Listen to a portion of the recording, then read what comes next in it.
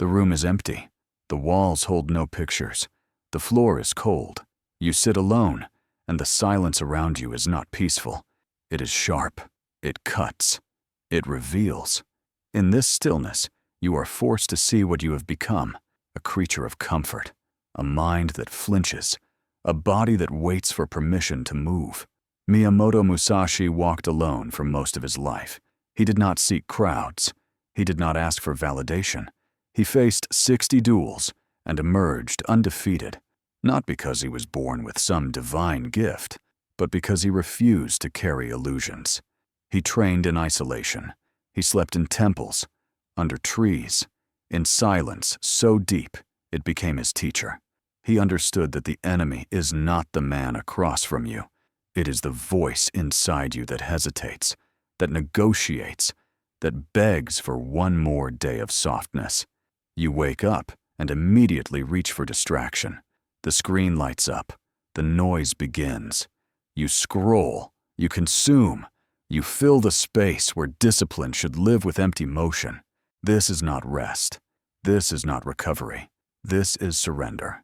You have trained yourself to run from silence, and in doing so, you have trained yourself to run from yourself. Musashi did not run. He sat with the void. He let it strip him down. He wrote. He painted. He carved his understanding into wood and ink, but first he carved it into his own flesh through repetition. Every swing of the sword was a question. Are you still here? Every morning he woke before dawn was an answer. Yes. Discipline is not a feeling. It is not motivation. It is the decision to act when every part of you wants to collapse. It is the refusal to negotiate with weakness. You do not need to feel strong to be strong. You need to move when movement is required. The body follows command. The mind will scream. Let it. Do not obey it. There is a war inside you. It happens every morning. The bed is warm. The room is dark. The day ahead is uncertain. And something in you whispers, not yet, not today, one more hour. This voice is not your friend. It is the enemy wearing your face. It knows your language.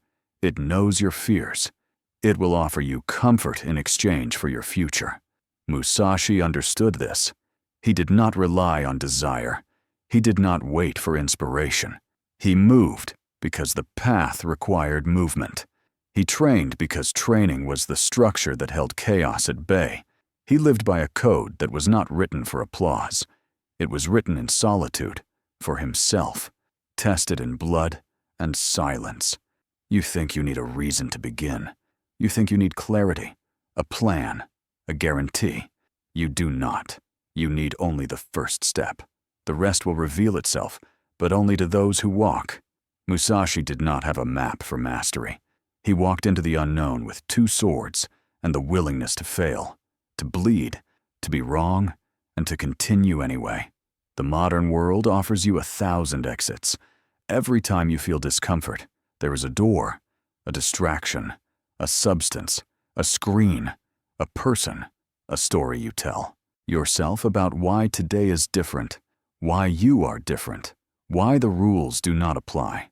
And every time you take that exit, you become softer. You become weaker. You become a shadow of what you could be. Musashi did not take exits. He faced the duel. He faced the cold morning. He faced the years of obscurity. He did not ask if it was fair. He did not ask if it was easy. He asked only, what must be done? And then he did it. You were surrounded by noise, opinions, demands, notifications, voices that tell you who to be, what to want, how to live. This noise is not neutral. It is corrosive. It dissolves clarity. It makes you forget what you knew in the stillness. It makes you believe that movement is the same as progress, that being busy is the same as being alive. Musashi stripped away the noise. He lived with less. He owned less. He spoke less. He did not confuse activity with purpose. His life was not filled. It was focused. Every action pointed toward a single question. Am I sharper today than I was yesterday? Sharpness is not aggression. It is precision. It is the ability to see clearly, to act decisively. to remove what does not serve. A dull blade requires force. A sharp blade requires only intention. You have been living with a dull blade. You have been forcing your way through days, exhausted, frustrated, wondering why nothing cuts cleanly. The answer is simple. You have not sharpened yourself. Sharpening is painful. It requires friction. It requires that you place yourself against something harder than you are and endure the grinding. You must train. You must repeat. You must sit in the cold room and do the work that no one will see, that no one will applaud, that will not make you feel good in the moment. Musashi trained alone. No audience, no witness, just the sword, the body, the breath. He did not need external validation to know he was improving. He felt it in his hands, in his timing, in the stillness before the strike. He became his own measure. You are waiting for someone to tell you that you are ready. You are waiting for permission, for a sign, for the perfect moment. There is no perfect moment. There is only now, and now, and now again. And each time you hesitate, you lose ground. Each time you negotiate with your own weakness, you make it stronger. The path forward is not hidden. It is uncomfortable. It requires that you act before you feel ready. Requires that you move when you are tired, that you speak when you are afraid, that you continue when every part of you wants to stop. This is not cruelty. This is respect.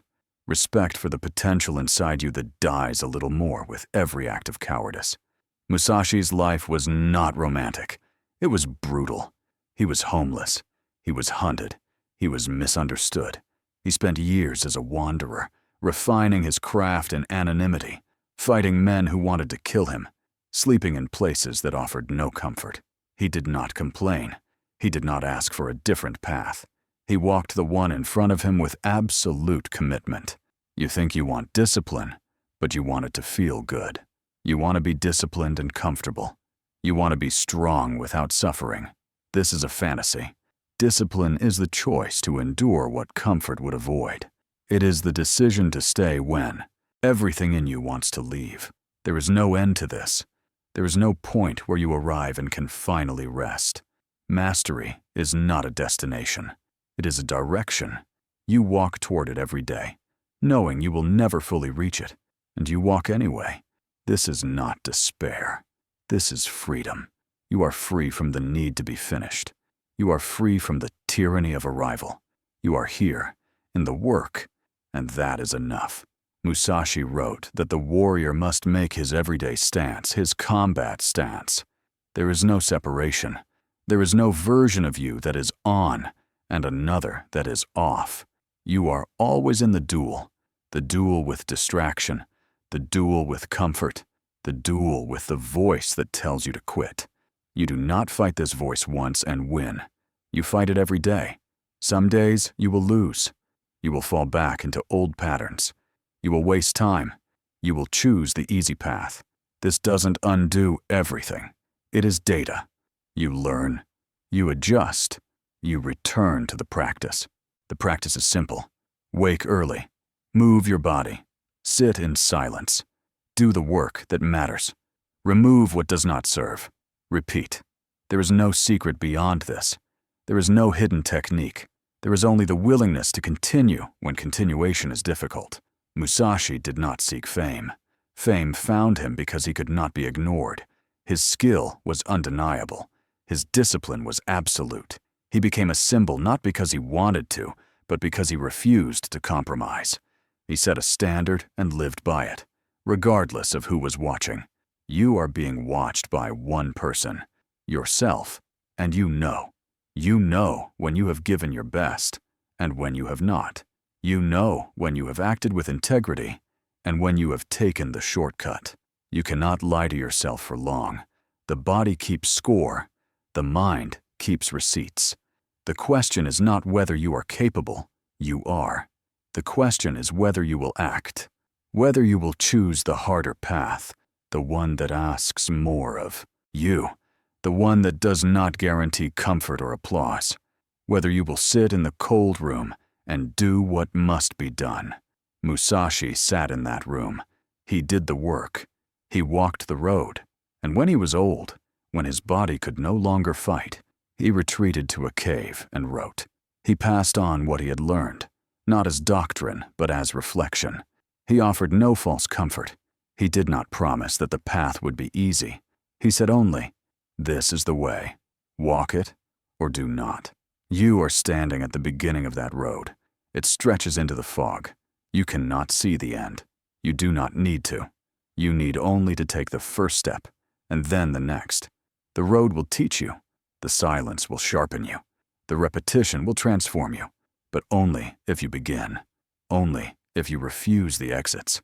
Only if you sit with the discomfort and let it burn away everything that is not essential. What remains will be steel. What remains will be you. Clarified, sharpened, unbreakable. Musashi is not here to save you. He's here to show you what is possible when a human being refuses to live below their potential. He is the mirror. Look into it. What do you see? If you see weakness, good. Now you know. If you see fear, good. Now you can face it. If you see years of wasted time, good. You are still breathing. You still have today. The sword is in your hand. The path is in front of you.